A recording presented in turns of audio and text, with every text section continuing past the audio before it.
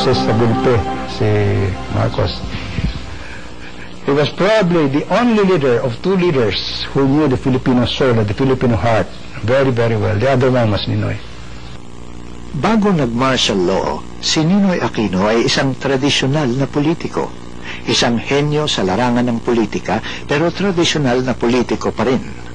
Tulad ni Marcos, eksperto siya sa paggamit ng mga tradisyonal na instrumento ng eleksyon sa Pilipinas. Guns, goons, and gold. Tulad ni Marcos, isa siyang balimbing. Umalis siya sa Partido Nasyonalista at sumama sa Partido Liberal noong nasa poder ang Partido Liberal. Ninoy was, as everybody knew, he was very ambitious and he really wanted to be president. And his whole life was politics. I mean, he was not yet 23 when he became mayor, and everything was just planned for that 1973 election. He has driven away all tourists, which accounts for about $100 million. He has driven away foreign capital. He is causing now a retrenchment of local industries. He is causing a flight of local capital. Now, when these things finally bring their full impact on the Filipino people, let's say 6 months from now, his problems will be compounded. And then, nagbago ang buhay at pananaw ni Ninoy dahil sa karanasan niya sa ilalim ng martial law. Ikinulong si Ninoy sa salang subversion, murder, and illegal possession of firearms. Nilitis siya sa isang hukumang militar at hinatulan ng kamatayan. 5 of the members present at the time the vote was taken, concurring sentences, each one of you to suffer the penalty of death by firing squad. May panahong sila ni Senador Jose Diokno ay magkahiwalay na binartolina sa Fort Magsaysay sa Nueva Ecija. Sa loob ng 43 araw ng solitary confinement, pareho silang inkomunikado. Wala silang nakitang ibang tao liban sa kanilang mga gwardya at walang nakakaalam kung saan sila inilipat, kung buhay sila o patay. It was also, I guess, his most humiliating experience. Now, here is a senator of the Republic, a potential president, stripped naked when he's brought to Fort Magsaysay. His eyeglasses, his wedding ring, everything is taken away from him.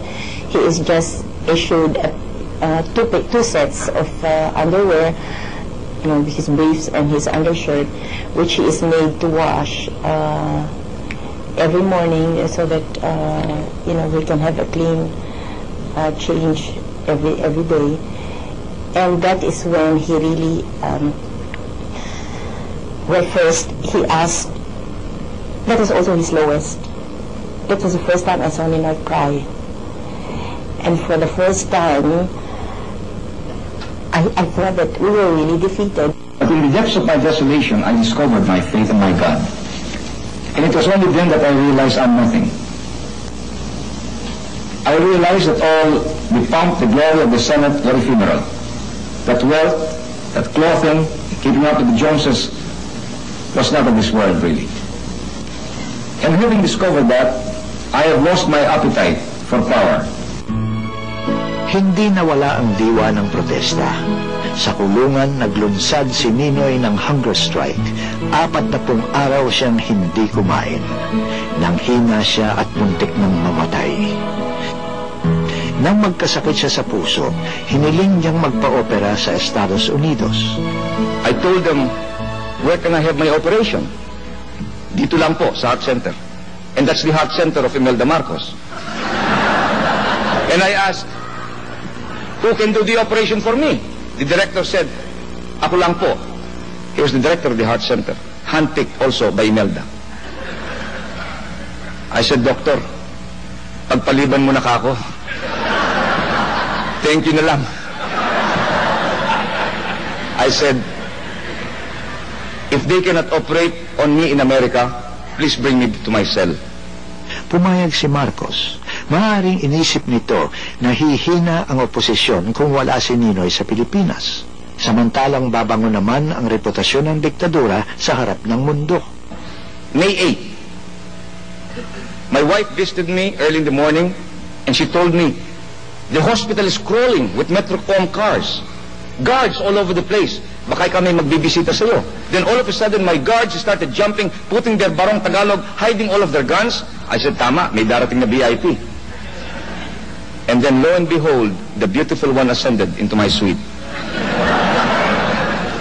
She came, and she was really beautiful. She has not aged, and she sat down and said, naku, Ninoy, sabi niya, I'm sorry to see you like that. Would you like to go to America? Abay ka ako, sure. Oo. Eh sa tuwa ko, tinanggal ko pa yung aking kwintas, kako anting-anting ko ito, iwanan ko na kakutper dito. Palayasin na niyo ako, pumunta niyo ako sa Amerika. Sabi niya, there's a plane leaving at 6 o'clock. You can be in that plane.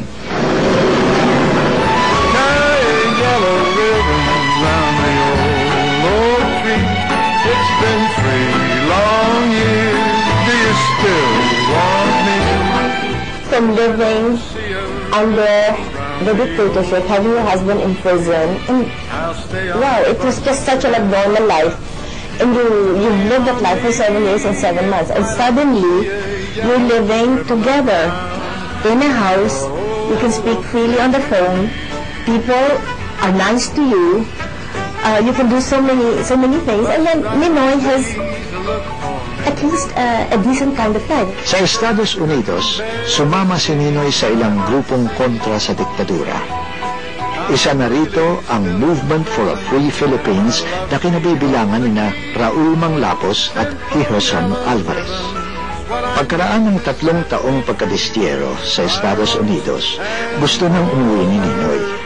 Sa tingin ng mga oposisyonistang naiwan sa Pilipinas, siya lamang ang may kakayahang mamuno at magbuklod sa tradisyonal na oposisyon. Kung wala siya, mangingibabaw ang mga komunista sa hanay na mga lumalaban sa diktadura. And so he wanted to come back, have an audience with Marcos, and try to persuade him to call for clean and orderly elections. Daligalig ang gobyerno sa plano ni Ninoy.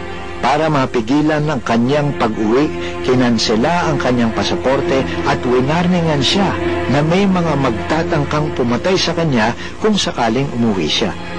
Nung nagkita kami ni Ninoy, sabi ko, Ninoy, ang sabi ni Presidente, okay na okay daw. In fact, matagal ka nang hinihintay niya eh. Ilang taon na yun, nagtataka siya, ba't hindi ka pa umuwi? Sabi ni Presidente Marcos, okay na okay, pwede kang umuwi. Ngunit, sabihin mo sa amin kung kailan ka uwi. It is to help secure you sapagkat alam niyo ang iba dito, ang isip A, ikaw is CIA, ang iba naman NPA. Sino ka ba? Eh siyempre yung NPA nagsiselo sa CIA, ang CIA naman magsiselo sa NPA. Kaya, for your security, you inform us. Noong panahong iyon, malubha na ang sakit ni Marcos. Bagamat inililihim ng Malacanang ang kanyang tunay na kalagayan, kalat na kalat ang balitang meron siyang lupus erythematosus, isang sakit na posibleng makamatay. President Marcos at that time, August 21, was not only sick, he was dying because there was a rejection of his kidney transplant on August 7. He was dying. And so sabi niya, tawagin mo si General Ver, who was there, and he said, ask if Ninoy is arriving. Ang sabi naman ni General Ver, I don't think so, sir, kasi matagal na yung balita, wala naman dumadating, at saka hindi naman tayo ni-inform. May sari-saring espekulasyon kung bakit pinipigilan ng pag-uwi ni Ninoy noong panahong iyon. Nakatakdang dumalaw si Presidente Ronald Reagan ng Estados Unidos at maaaring ayaw ng rehimen na nasa Pilipinas si Ninoy pagdating ng araw na iyon. Maaaring natatakot ang rehimen na mabubulabog ang eleksyon para sa batasang pambansa na nakatakdang idaos sa 1984. May haka-haka rin na sina Imelda at General Ver ay may planong sunggaban ang kapangyarihan oras na mamatay si Marcos. At natatakot silang baka masira ang plano nila kung darating si Ninoy.